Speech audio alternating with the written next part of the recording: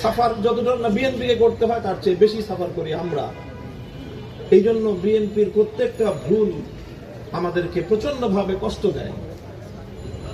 BNP যখন 96 সালে এই তত্ত্বাবধায়ক সরকার বুঝে না, তত্ত্বাবধায়ক সরকার আসমান থেকে পড়েছে এবং কোথাও এই জাতীয় যখন কথাবার্তা বলতো, তখন আমরা দেখতেছিলাম যে বিএনপি একটা পতনের দিকে ধাবিত হচ্ছে।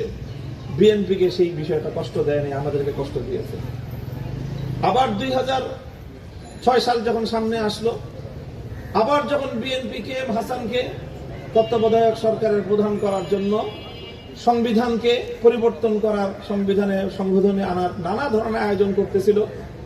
নির্বাচন কমিশনে এম এ আজিজের কথা আপনাদের মনে থাকার কথা, এম এ আজিজের বিরুদ্ধে আন্দোলন হয়, এম এ আজিজকে পরিবর্তন করে আরেকজনকে দেয়, মাহফুজুর রহমান নাকে, তাকে পরিবর্তন করে আরেকজনকে দেয়।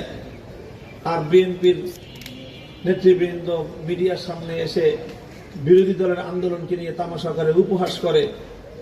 আর তাদের এই উপহাস গোটা দেশকে তাদের বিরুদ্ধে ক্ষিপ্ত করে তোলে।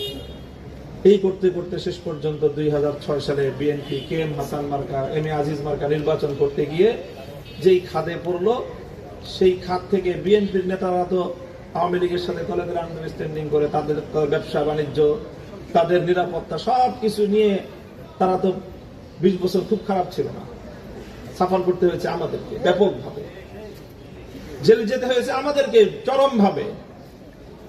বিএনপি ভুল করে, সাফার করি আমরা, কারণ আমরা আমাদের স্টেটটাকে, আমাদের নেতৃত্বটাকে বিএনপির হাতে দিয়ে রেখেছিলাম।